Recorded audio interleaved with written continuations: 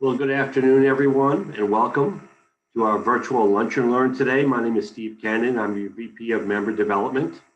And before we get started with our program for the day, I would first like to welcome Frank Mason. He's a partner at Car Riggs and Ingram, who have sponsored our Lunch and Learn event. Frank, how are you doing? I'm doing great, Steve. Happy to be here today. Thank you. Why don't you share some information with us on Car Riggs and Ingram, please?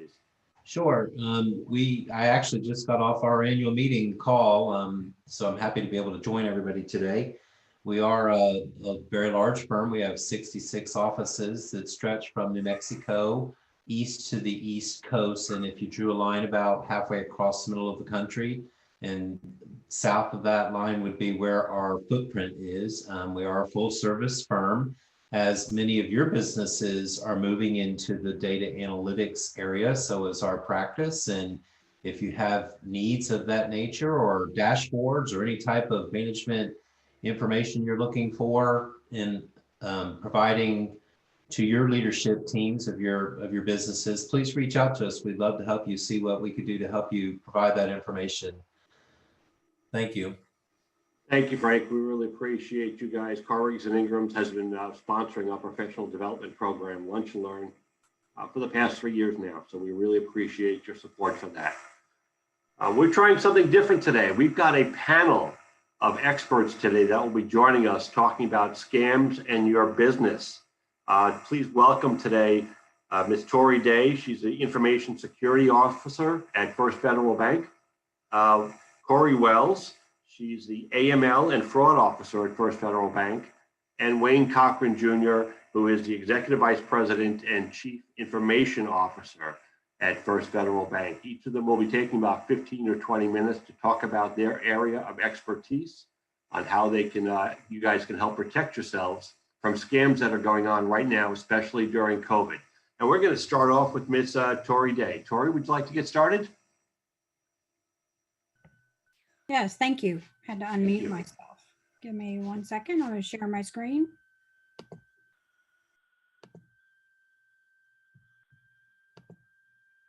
So good afternoon, everybody. As Steve mentioned, I'm with First Federal Bank. I've been here roughly about 3 years in March, so very excited. I come from a long job history in banking, so I've worked in many community banks throughout my career here, and I've had the pleasure of joining First Federal in Lake City. So that is currently where I am working as the Information Security Officer. A lot of questions that I get from most of my employees and everybody in general, hold on, I'm having a problem getting to the next page. Oh, there we go, is what is an ISO? And basically that's everybody is an information security officer, which is kind of the title of my presentation. And the reason I chose this topic, and I preach about this topic when I'm in the branches or talking to customers, is regardless of who or what you do, technology has become such an all-encompassing influence in our lives today, especially now with COVID. More and more people are working remote. I know more and more communications are done via Skype and Zoom and all these other electronic means. So it's even more important that you're paying attention to what data is out there. The first thing I like to talk about is technology. It's part of your daily life, and just reminding everybody that your information is literally everywhere. Best practices to secure your digital identity. I'm going to talk about some of those best practices, and then also some resources that you'll probably hear about from the whole entire team that are available if you do become impacted by fraud related to COVID or just related to a data breach or an identity theft problem. Hopefully neither of those apply, but in my experience, I've been party to at least 2 of them. So best wishes to everybody. I'd like to start off my presentation with a game. So I'm going to raise my hand, ask everybody on, I can't see you, but I can see my team members. If you have experienced any of the following, you're allowed to put your hand down. So if you're playing at your office or whatever, people might be looking around asking, why is her hand raised? Well, we're going to play this game. This is my virtual way to do it. If I was in person, we'd have everybody stand up. It kind of creates a better impact. But if you have ever had the IRS call you and say that you have a warrant out for your arrest. You need to send $5,000 right now. You can put your hand down. Okay, I've had that. You've won the lottery and you just need to reply to this email with your bank account routing and transfer information, and they'll send you your inheritance after they keep the $5,000 in fees and taxes. If you've had somebody posing as a grandchild or a parent stating that they are in trouble, they're being called by the lawyer, you need to send money right away, and they try to really stress you out. Anybody from tech support like Windows or your IT department has called you and said you have your computer's been breached and they just need you to allow them onto your PC so they can do some work for you.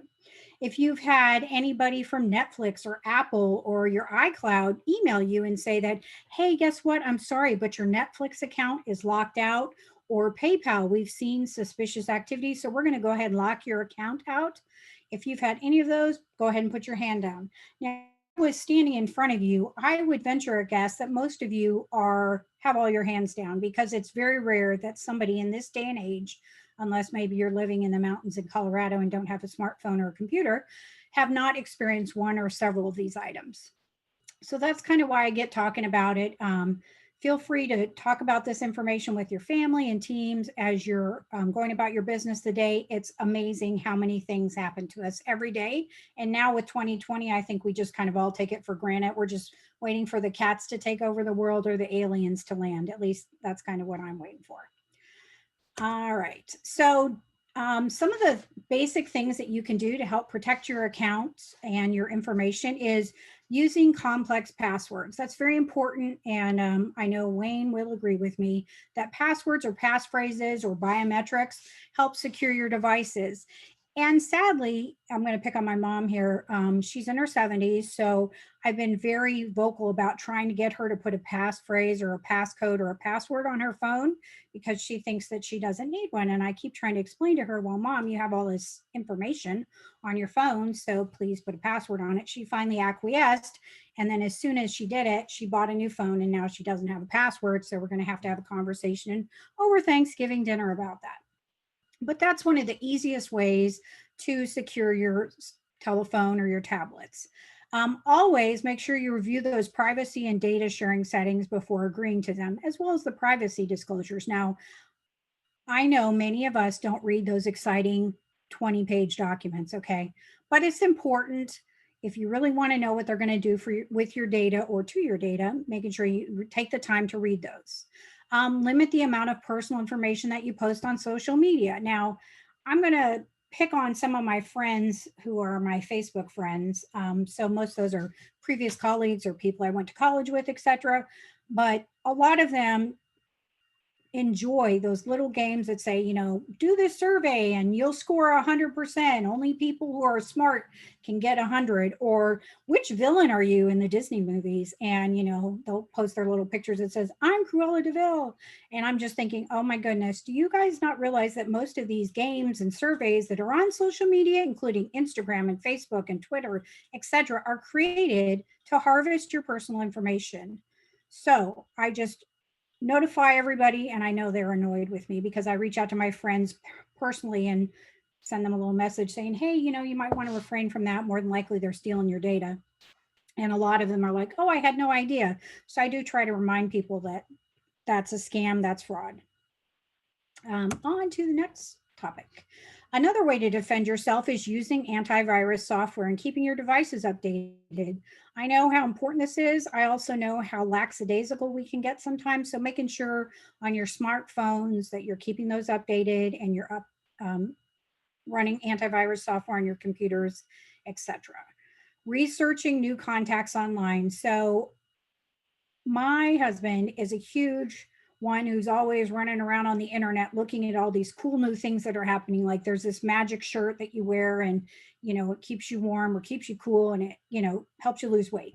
So it's like www.some weird email address or website address.com. And when you do a search on it, which I'm always like, if there's a scam online, he's going to find it and he's going to fall victim to it. Like he's going to want to buy whatever widget they're selling, he's buying.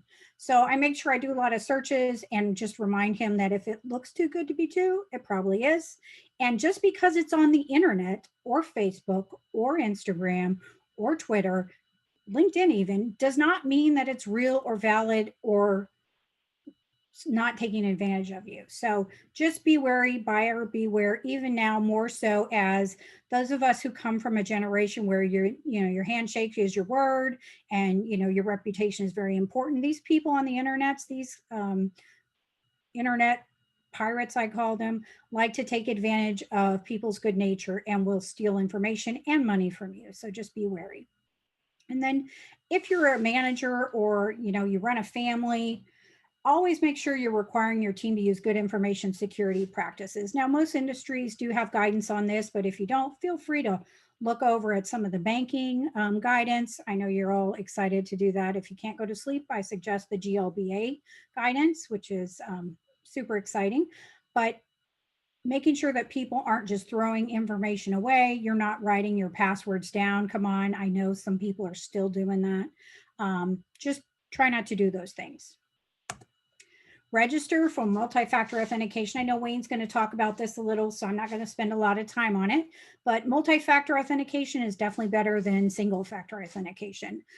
Another one that I like to talk about is using different passwords for your application. So I have this fancy little Google Pixel phone that, Wayne turned me on to a couple years ago. And one of my favorite things that I really like is that it keeps track of if certain applications or sites that I visit have been breached. And it'll notify me and say, hey, you might want to check your password on X site because it looks like they had a data breach and you should probably change it. So I do enjoy that. But if you don't have a Google Pixel or your other cell phone or whatever doesn't offer that, I also included the I never know how to say this. I think it's pwned.com. You can actually check and see if your email's been compromised. I always find this fun. I found that my oldest email address at hotmail.com. Okay, that's taking us way back, right? Was compromised. So that's kind of my junk one. But I always say it's a good idea to see if your email's been compromised. And then you can also sign up for alerts. So if your email is compromised, whether it's your business or personal, they will notify you and that will tell you immediately, hey, change my password, right? So another good free tool out there on the internet. Additional defenses. One of the big things that we talk about at banks and probably at many businesses, suspicious emails, phishing emails, etc. So one of the quickest ways that we really talk to the employees, and I talk to my friends and family about making sure the email is not malicious and doesn't have some super weird code in it that's going to take over your identity and turn your camera on and record everything going on in your home, is hovering over the sender's email address. That's one quick and easy way you can ensure that it's actually valid. Now you got to pay attention because you might get an email from tori.day@ffbcf. People will just change one letter or misspell the name, and that's kind of the red flag. If you receive a strange or urgent request from, we've had one from our CEO and our president who basically said, hey, I need you to go out, Cori, and buy us a Google Play card and scratch the numbers off and send it. And I need you to do that right now. Okay, first off, most of you, might have small organizations or small businesses where you know everybody. And even though First Federal is quite large, we do tend to know our executives. And unfortunately, all those things can be compromised and people can look on firstfederalbank.com, on LinkedIn, on your websites, etc., and figure out who are the power players at your work and use them to get money from your employees and customers. So just be wary. The best way to ensure that it's valid is to reach out to the sender at the phone number you have on file, not the number that the person sent in the email or the text message. And believe me, they can change those phone numbers on your phone and make it look like it's that company calling you. So just be wary. All media, like where you graduated, who your mascots were, what year you were born, who your first pet was, all those kinds of things that are typically used in multi-factor authentication or some of your security questions. It's a good idea not to post that stuff anywhere because cyber criminals have no regulations. They can do anything that they want on the internet to find out your identity and steal it. And then my last thing that I found to be very helpful in my life is if it looks too good to be true, it probably is, right? So if you see some fabulous Halloween costumes on sale for, $10 and they're handmade and they're really fancy. Guess what? It's probably a scam, even if it is on Facebook.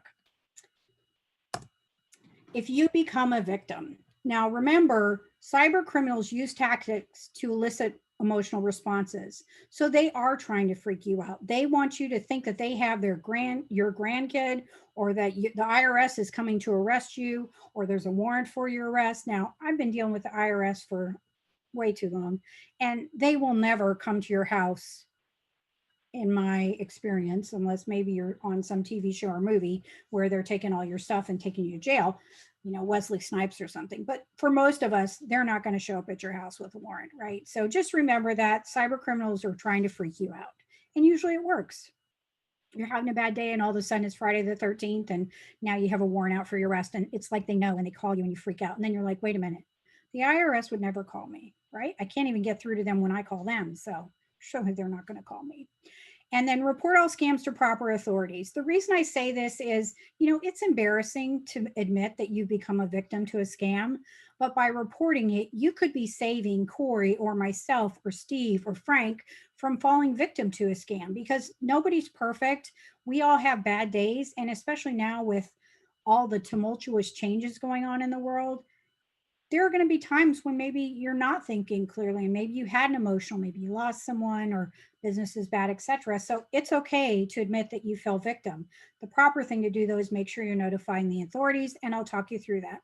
Also, telling somebody you trust and asking for help if you need it is okay. A lot of us are very proud, don't like to ask for help, but guess what? I've learned that it's very important to do that. A lot of banks nowadays have support systems built in. I know Cori will speak about the things that we do for our customers, and hopefully your bank is doing the same for you guys. Some of the resources that I want to give you guys is the Federal Trade Commission has identifying and reporting fraud. I included the link for you. I believe we can send that out perhaps after it will be included for you guys. And then also there's tips for consumers and businesses. I find this very helpful because for, especially from the consumer and business side as well, you can have brochures from the FTC that talk about how to secure your data network, how to protect your customers' information, what to do if you have a data breach. I mean, nobody ever wants to have a data breach, but if you do have one, it kind of walks you through the process. And then also, like I said, the reporting is very important because it really helps the government kind of keep their tabs on what's going on. And it is amazing how much fraud and money these people get away with. And we have to band together to help eliminate this fraud. Protecting your credit. The one last thing that I wanted to talk about from a personal perspective is, you can consider placing a freeze on your credit. If you do suspect fraud on your credit, there's the dedicated fraud numbers for the 3 credit bureaus on there for you to reference. I did check them all yesterday, so they are valid and they do go to the proper resources. Feel free to reach out if you have fraud. And then if you have any questions, I've included my contact information. I gave you my cell phone number. Please don't abuse it, but I'm always happy to speak with anybody if you have something that you need to run by. I do consider myself, a reference for all our employees and talk to them anytime they have a strange question. Normally bouncing off somebody helps you identify that this is definitely not okay.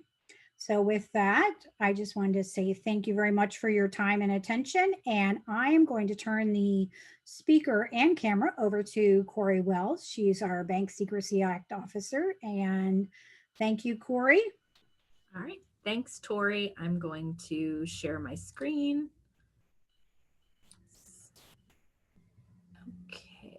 While Cori is getting her screen up, I just ask, we're going to have a lot of information from our panelists today. If you have any questions that you'd like to address to them, please enter them in the chat box as you think of them, and then we will address them at the end of the presentation. Thank you. Okay, great. Hi, everyone. Thank you for joining today. My name is Cori Wells. Like Tori said, I am the Bank Secrecy Act, Anti-Money Laundering and Fraud Officer for First Federal Bank. So I have been with the bank for 10 years now in compliance, specifically in anti-money laundering and fraud for those 10 years. I am a certified anti-money laundering specialist. So I speak a lot to our clients, our communities about fraud scams that are targeting them specifically. And today I want to talk about fraud COVID scams in particular and your business. And today I'd like to talk about 7 specific COVID scams that are targeting your business, how to protect your business, how to educate yourself and your employees, and then resources that can also help out with training and education of your employees and those at your business. So fraud is on the rise. We've been living now in a pandemic, a COVID world since end of March. Things seem to be opening up more and things getting a little better. But whenever there's a pandemic, whenever there is a natural disaster, anything like that, fraudsters are going to be working overtime. Why is that? Well, not only personally, but you all as business owners, you're undergoing economic challenges. You're figuring out, okay, now that the way I've always done business is changing, how do I make money? How do I pay my bills? Possibly having to furlough employees. So there's a lot of fear and anxiety as business owners, as employees of those businesses, and fraudsters know that. Tori talked about eliciting an emotional response. So these are things that weigh on us and, weigh on our minds at all times. And they know it and they prey on us because of that. Additionally, we're using technology more than ever. We're on our cell phones. We're doing a lunch and learn via Zoom today. So if that's not evidence of that, and you all as business owners may have transitioned yourself and your employees from working in a brick and mortar now to being remote employees or telecommuters. So things have definitely changed there, and there are scams on the rise to target you as business owners. So I only have about 15 minutes, so I'm going to go through the scams. The first one we're going to talk about are public health scams. They are targeting businesses and your employees. They are sending messages. This could be text messages. This could be email messages to your business email addresses, claiming to be from the CDC, WHO, your public health offices. And the purpose is to steal confidential data or to install malware on your computers. A lot of these scams are asking for social security numbers or personal identifying information. You're going to hear me refer to that as PII as we go on in the presentation. That's like gold to them. Knowing your personal information, knowing your employees' personal information, or the information about your business can help them to take advantage of other programs, loans, lending, bank accounts, whatever it is. If they have that information, that's how they would do that, how they would exploit it. Other variations are when you get text message or emailed a link to download a document about this. Please remind your staff not to respond to messages like this. Don't click on any links. There are actually legitimate calls that may be coming to you personally that are basically data trackers about COVID, and those people actually do work for your local health organizations, but they're not going to ask you for personal information. They're going to ask you about their what are they called? Contact trace. They're going to ask you about if you've been in contact with anybody who's had COVID or if you yourself have had it.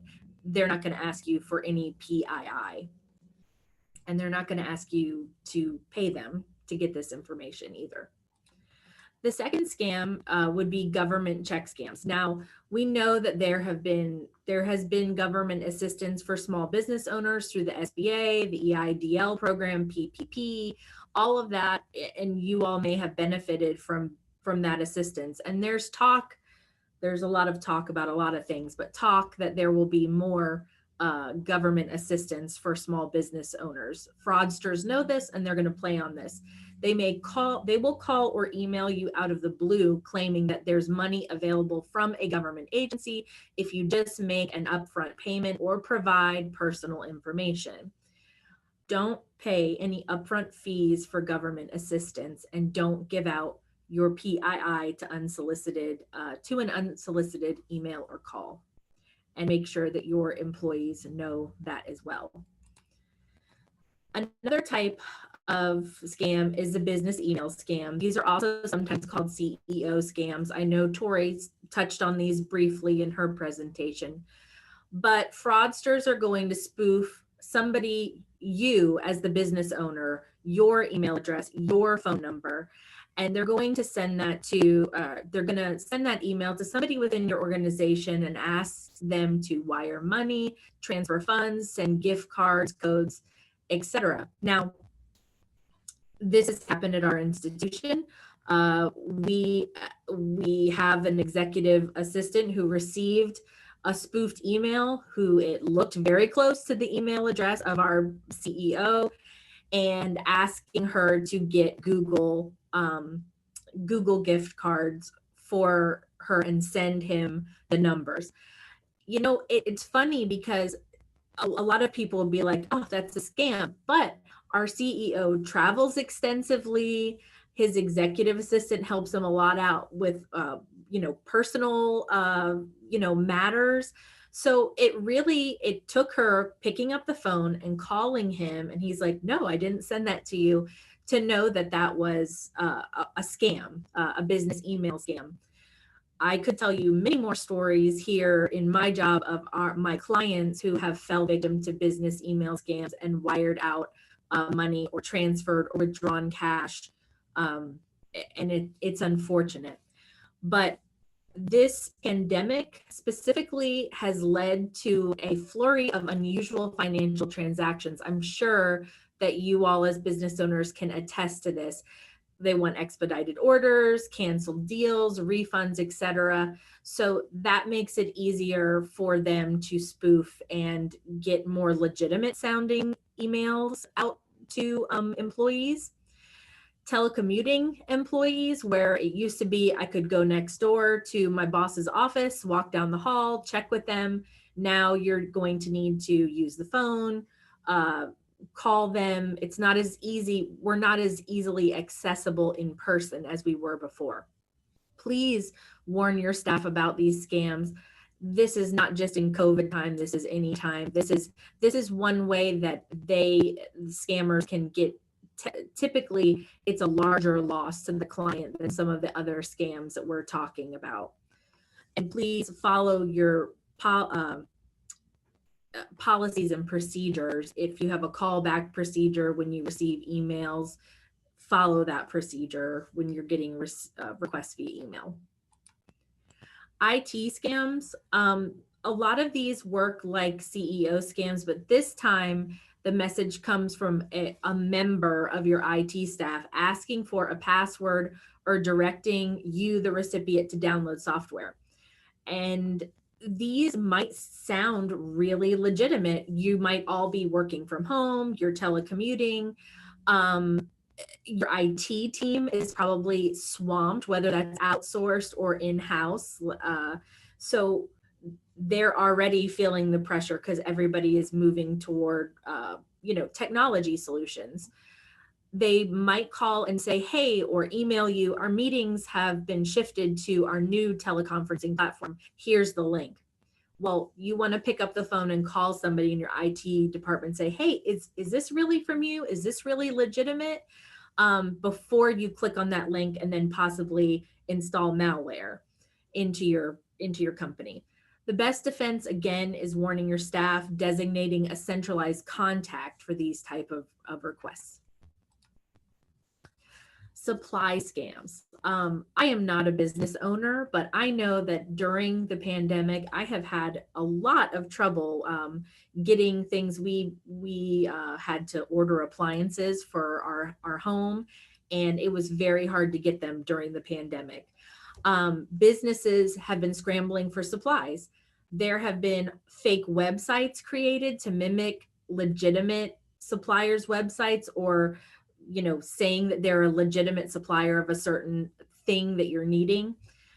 The safer bet is to not go with any unknown type of supplier. and to type in the URLs that you know to be genuine, you know is a good contact for supplies. And then before taking a chance on an unknown supplier, check them out with a trusted industry colleague, see if they've used them, you know, how it went before you go with somebody who's a little more unknown to get your supplies. Robocall scams, wow. I'm sure you all are in the same boat as me, but I get so many illegal robocall scams during the day. I am on the do not call list, but I still get them all the time. Now, employees working from home may be receiving a new crop of annoying and illegal robocalls. Some of them target small businesses who may have been affected by the coronavirus, warning them to ensure your Google listing is correctly displaying. Please remind your staff that the only right response to an illegal robocall or trying to sell them something is to hang up. Data scams. We're working differently these days, but with more people telecommuting, hackers are hoping companies will drop their online defenses and make it easier to steal data. Educate your staff on how to maintain security while working from home. Work in conjunction with your IT department or IT partner to make sure that you have all the best defenses with your telecommuters. Some resources for you all. The FTC, Tori already mentioned them. She put the link in there, but the Federal Trade Commission is a great resource for businesses, for consumers. You can get the latest on consumer scams or business scams, and they have a whole page dedicated to the coronavirus scams that will be targeting you personally and also your business. And that is also a place that you can report fraud directly to the FTC. They will register it. They will put out alerts for everybody to have and to educate them. Another resource is the NIST.gov, the National Institute of Standards and Technology. This is a great place for employers to go. There's infographics and tips for making safer transitions to a remote workplace. As we're still doing this a lot of good technology tips in order to make your remote workers safe and to protect your business. And that is it. I know we'll be saving questions for the end. And with that, I will turn it over to Wayne Cochran, who is our Chief Information Officer here at First Federal Bank. Thank you. Hey, thanks, Cori. Let me share my screen here.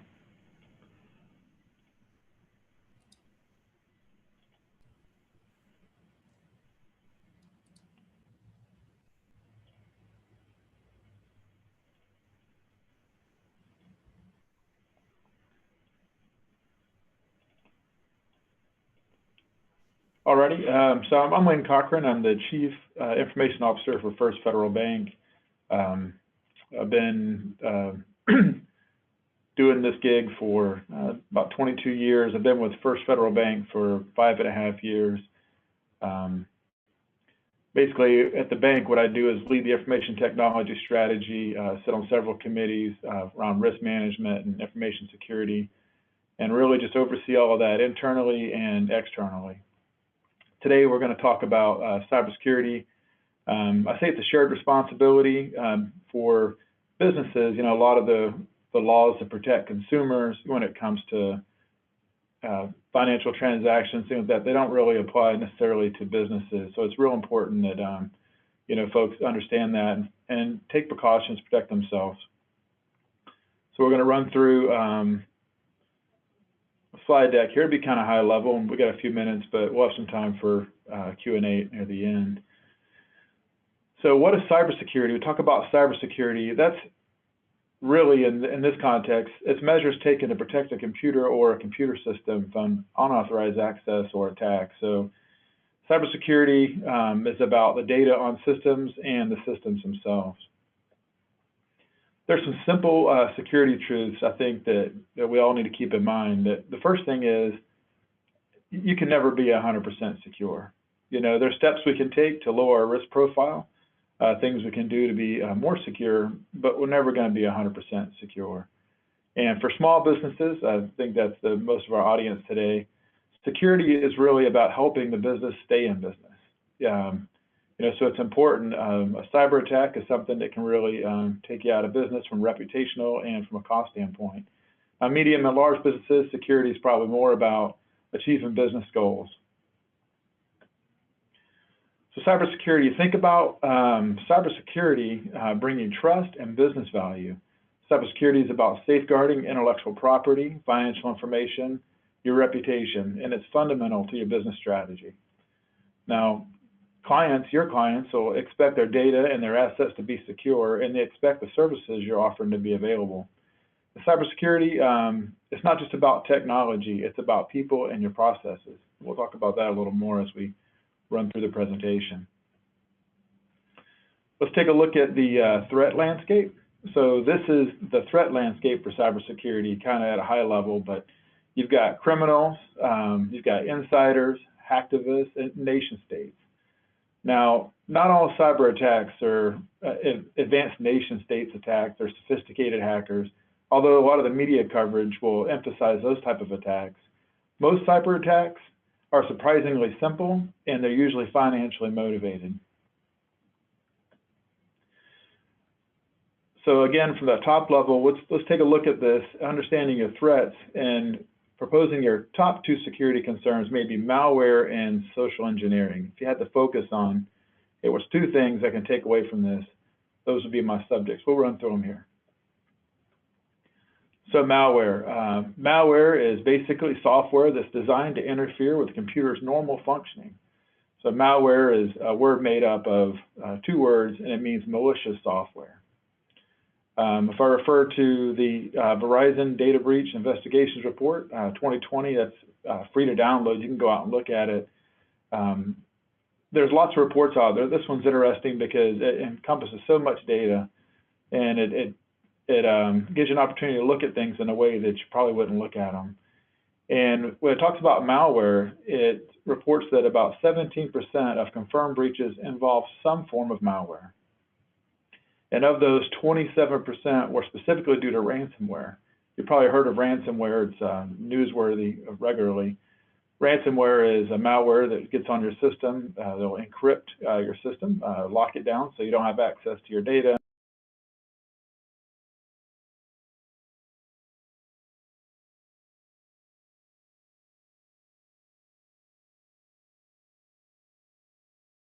Well, they're getting wise to that. Things are taking a different turn. You probably saw in the news here, but 2 weeks ago, Ragnar Locker actually went after an Italian distiller, Campari, and they locked down their systems and they demanded $15 million to be paid in Bitcoin.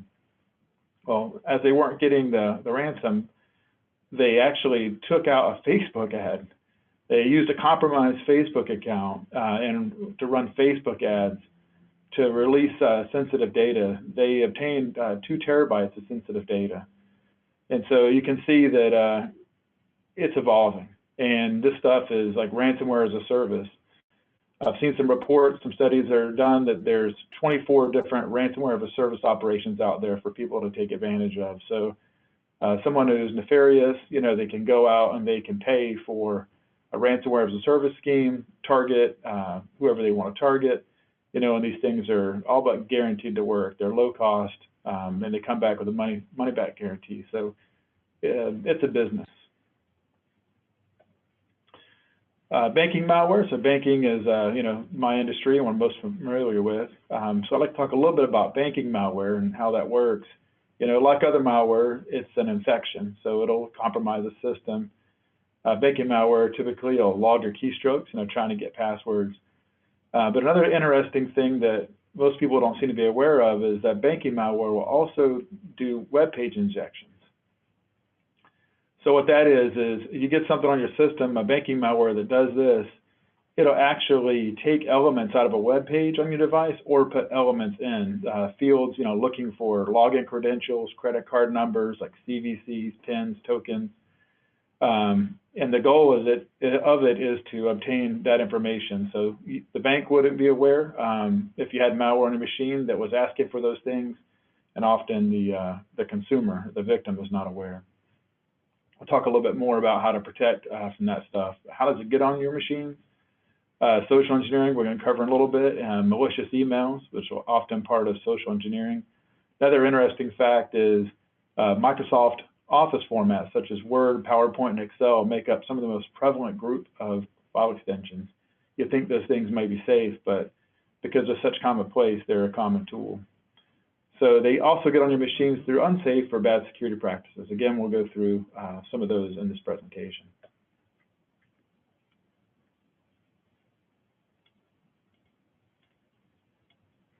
Excuse me, I lost control of my presentation.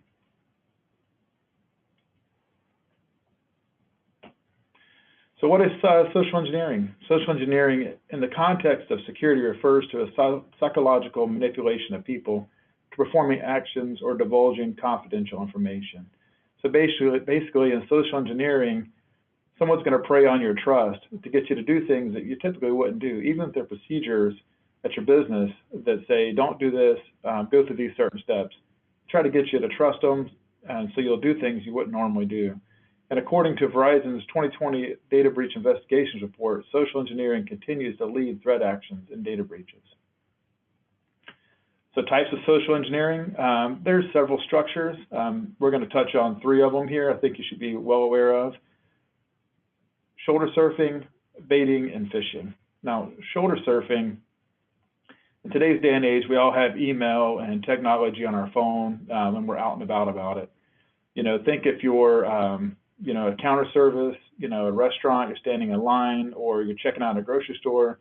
If you have your phone up, you're reading through your business emails and whatnot, you know, who all can see that? Maybe the people behind you or around you, you know, and everyone has a phone in their pocket these days, and they have cameras on them and whatnot. Someone interested in information, they don't need to memorize it. They can have their phone out like they're looking at their phone as well, and taking pictures of your phone. So be aware of shoulder surfing. Baiting is pretty old school, but still around. Baiting is where someone would leave, you know, flash drives or CDs or things like that, media around, and label it something that may get your attention, you know, a competitor's salary information, you know, or things like that, or other reports. Just put a label on it that makes you want to stick it into your computer so you can browse it, and they'll get you and load the malware that way. Phishing, more common. This is the most common, you know, where you'd get an email where there'd be a link to click or asking a question. A phish is always a question and a response. And it doesn't always end with one, you know, maybe a phishing email, they're asking something simple to get a conversation going, and through a series of conversations, they get more information. You know, and if it's an attack on a company, maybe they're asking one person a simple question, then they phish another employee for a related question, and you're not putting these things together, but the person that's conducting the phish, they're taking all these different things so that they could then formulate a bigger phish or some other type of attack. So what should you be doing? There's really no absolute guaranteed protection. We talked about this at the start of it, but there are some best practices that can significantly reduce your risk profile. Use a defense strategy with multiple layers. That'll slow down the attacker. You know, studies show that most of these attacks that happen, the attacker is able to accomplish it in 3 or 4 steps. If they can't, they usually move along. You know, they're looking for easy wins. They're cost conscious too. So the difference between 2 steps, 3 steps, or 4 steps may be important in your defensive strategy. You know, for example, Tori talked about it earlier, but like 2-factor authentication, that doesn't solve all your problems, but every little bit helps. Now, security awareness training for your business, you know, it's important that all your employees are connected to security as well. And there's a wealth of resources out on the internet that you can go to for training. This is one of my favorites, SANS, which is world-renowned for security training. They offer a newsletter every month called Ouch. And they have guest editors. So they have someone who's a subject matter expert in a month's topic write the draft, and then they go through, of course, and they polish it up. But according to the license agreement, you're free to share that with your company or anybody you want, as long as you don't modify it. So it's a simple tool, and it's designed for the everyday computer user. So it's not a bunch of tech jargon that people can't understand. Okay, things you can do. This graphic always makes me smile. So on your systems at work or wherever else, you want to practice what's known as the principle of least privilege. And what that means is, as you're setting people up to have access to information or systems, you want to give them the least amount of access that they need to get the job done and nothing more. And the thought of that is, you know, if their access were to be compromised in some way, the only things that you're going to be exposed to are things that that person needs to do their job, not all the more that you gave them. You know, a good example in our bank and our industry, like our president, obviously he's welcome to any of the information in our entire bank. All he has to do is ask for it. But he doesn't need access to all of that every day to do his job. So his level of access on systems is very limited. So if his access were to get compromised, you know, it wouldn't expose all of those things. And this graphic is pretty awesome. See all this data security over in one corner, the other corner you've got the person and human error. And human error accounts for the majority of cyber incidents these days. You know, whether that be reusing passwords and things like that, we'll cover. But you know, we're all human and make mistakes every day. So here's some more best practices. For user accounts, establish user account for every computer and limit administrative rights. So, you know, for every device, you know, you want to have some type of user account or password to go into. Tori talked about passwords on phones, for example, just to get into the phone. And obviously, you want to limit to that least privilege we talked about earlier. Require strong passwords and change them frequently. Strong passwords can be long passwords. That NIST guidance, Cori talked about NIST earlier. Their guidance talks about having very long passwords, being something that's secure, now changing them regularly. I'm a fan of that. That in the industry, there's some back and forth about, you know, the effectiveness of rotating passwords regularly. So we won't get into a lot of discussion there, but there is some benefit to that. You never want to reuse the same password. That just makes sense, you know. But people like to use the same password. Hey, I've got a good one, or I've got a good one. I'll just change it a little bit. There's a lot of examples out on the internet you can look at to where somebody had an account compromised, and then the same credentials are used to log into other accounts. So password reuse is not a good thing. Require multi-factor authentication where available. If the system doesn't offer multi-factor, set up two-step. Now, this is especially important on systems you have that are open to the internet. So when someone can log in without physically being present, it's extra important to put multi-steps in there. Basically what that does is someone gets the user ID and password, you know, they're not going to get in, it requires some more. Remember what we said, you know, the criminals, they do like the easy path. So what you want is you want them to move along to somebody easier. It's important with your company that you remove access of employees who no longer require it. You know, when they're inactive or if they transfer or leave, remove that access. You know, it's just one more way to get in. And certainly don't share passwords. You know, you don't want a simple password. Somebody leaves and now they know the password to get into the system that everyone else is using. And hopefully they wouldn't do anything nefarious with that, but you know, the exposure is just greater. Computer security. You know, keep your systems up to date. It's very important to keep your systems up to date. Most systems will do auto updating these days. It's funny, you know, vulnerabilities, they just keep coming. They keep coming. They're not going away. You know, last month, or say last month, but this month, earlier, Microsoft patched 112 known vulnerabilities in Microsoft products. 24 of those actually allowed for a remote execution. So an attacker could remotely leverage that to get into the system. And remember, we talked about Microsoft Office products and things like that being very common. In this scenario, the patches that were done this month, for those 24 ways, people could use Excel to get in, SharePoint, which is very popular, and Microsoft Teams, you know, system for collaboration meeting like what we're using today with Zoom. So important to keep those things up to date. When it comes to online banking, especially with companies, I recommend using a dedicated computer for online banking. You don't want to use a computer that you're using to do all that surfing that Tori was talking about earlier, looking for those deals. as you stumble on things that may compromise your machine, then it's just sitting there waiting for your online banking logins. Remember about those web page injections I talked about. What you see on the screen may not be actually what's on the screen. You can reduce that by using a dedicated computer. It's important too that these banking computers at your business, are in locations that are not in the general customer traffic area. You want those things in the back office, not just from a visual privacy, but you don't want folks to have access to it. In the security world, we all talk about if folks can put their hands on a device, it's game over. The remote stuff I talked about a few minutes ago with the 24 flaws and allowing that remote, you don't even need to do that if you can touch it. Use security in layers, software in layers. You want firewalls and antivirus and malware protection, layers, so that if something gets through a layer, it has another layer to go through.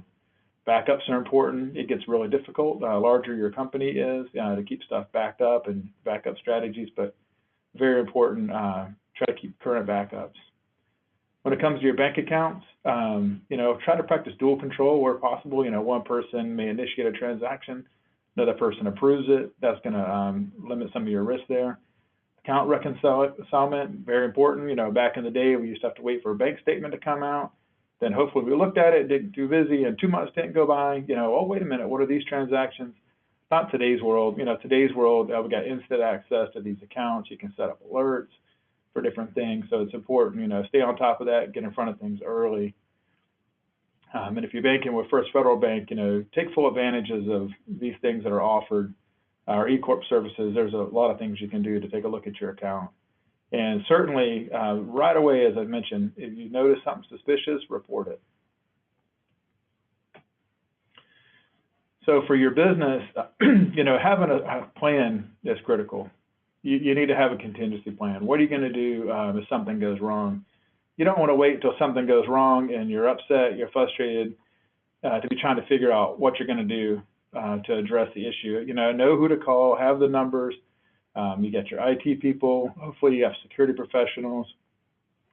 If you don't have a plan, there's a good resource we talked about earlier, the FTC, and I saw the NIST, but the Federal Communications Commission has a small business cyber planner.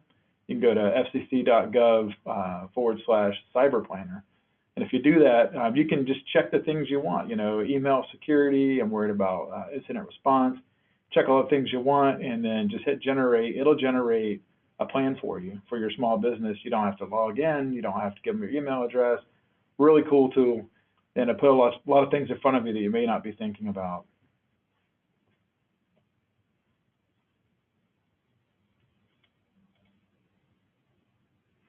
All righty, that concludes my part of the presentation.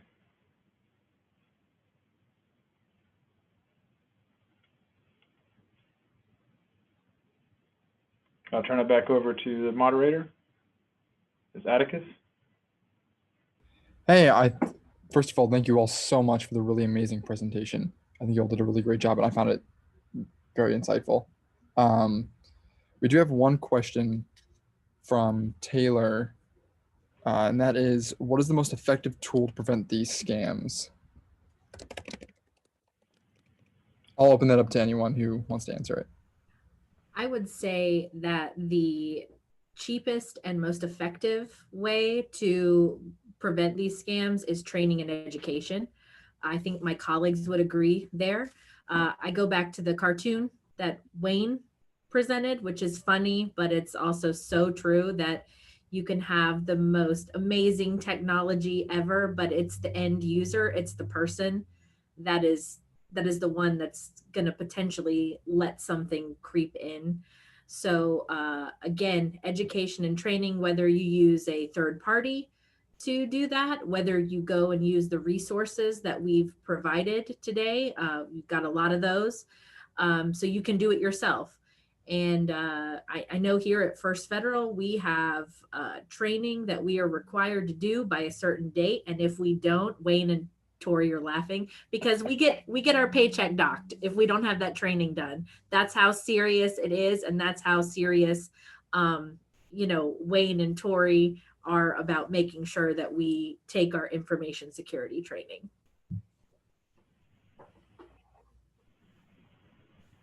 All right, and we have another question from Shaw. If we were to share a short list of these things with our family, what top things would you all recommend to keep their identities and information safe? Hey, this is Tori. So I can start and then feel free to add, Corey or Wayne. Uh, I would say the top things that I use to help my family is just talking about these things, whether it's to my mom about passwords on her phone, talking to my sons who, are everywhere on the internet. Lord help me with Twitter and Instagram and things I don't even know about. Um, Making sure that you just really talk about the fact that that information, when I speak to my parents who come from an older generation, they're used to people's words being worth something. And they forget that when you're talking to people on the internet, those people could not be who they say they are, right? They could be nefarious. So just making sure that they're being, buyer beware. And if it looks too good to be true, it is. And it's okay to talk to me or, I always offer to all the employees at the bank and the customers that I talk with, if you have something that just, is giving you that weird gut feeling, be wary and maybe talk to somebody, bounce that idea off each other. And again, the credit freeze, I said, is a good tool in monitoring your credit reports. Obviously, the Have I Been Pwned website, that's always fun because there's nothing like seeing your email address that, it's been compromised. Just kidding, it's not fun, but at least you know. And knowledge is power. So those are a couple of the tips I would suggest.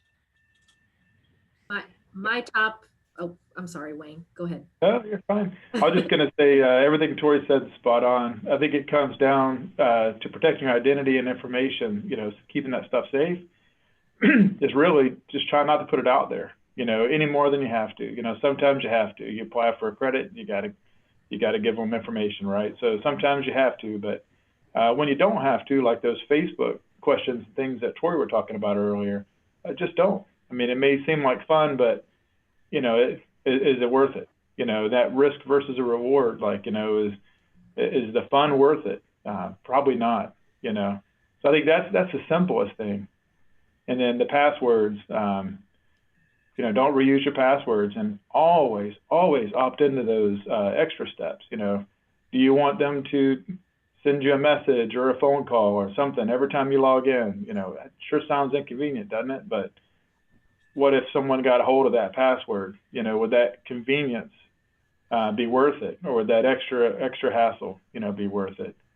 And you can trust devices on a lot of this stuff too. Where you log in, trust this device always. Well, there's some more risk there, but maybe that's something you want to do. I don't think that's inappropriate. I do that for some things too. Yeah, when I'm logged into this thing on this device, yeah, it's probably me. If it's another device, probably isn't me. But just considering all of those things, don't chalk them up to that's more hassle than it's worth. Maybe it is, but maybe it isn't. Yeah. And I would say my number one tip is asking yourself when you're in a situation, did I call or contact, did I solicit this information or this product, or is somebody calling me to ask me for something? When you are calling a legitimate company and you need to buy something, you need to find out information, etc., that's one thing. But when they're contacting you, that is when your information, like your guard should go up, go into lockdown mode, or like I said, hang up. If it's something that sounds good, research the company, then call them back before you do it. So I I tell this story a lot when but I grew up in a household with a grandmother who was in her 90s. She lived with me and my parents, and she would answer every phone call, and anybody asked her a question on the phone, she would tell them exactly what they wanted to hear. And I was, as a very young age, put on like phone patrol at my house.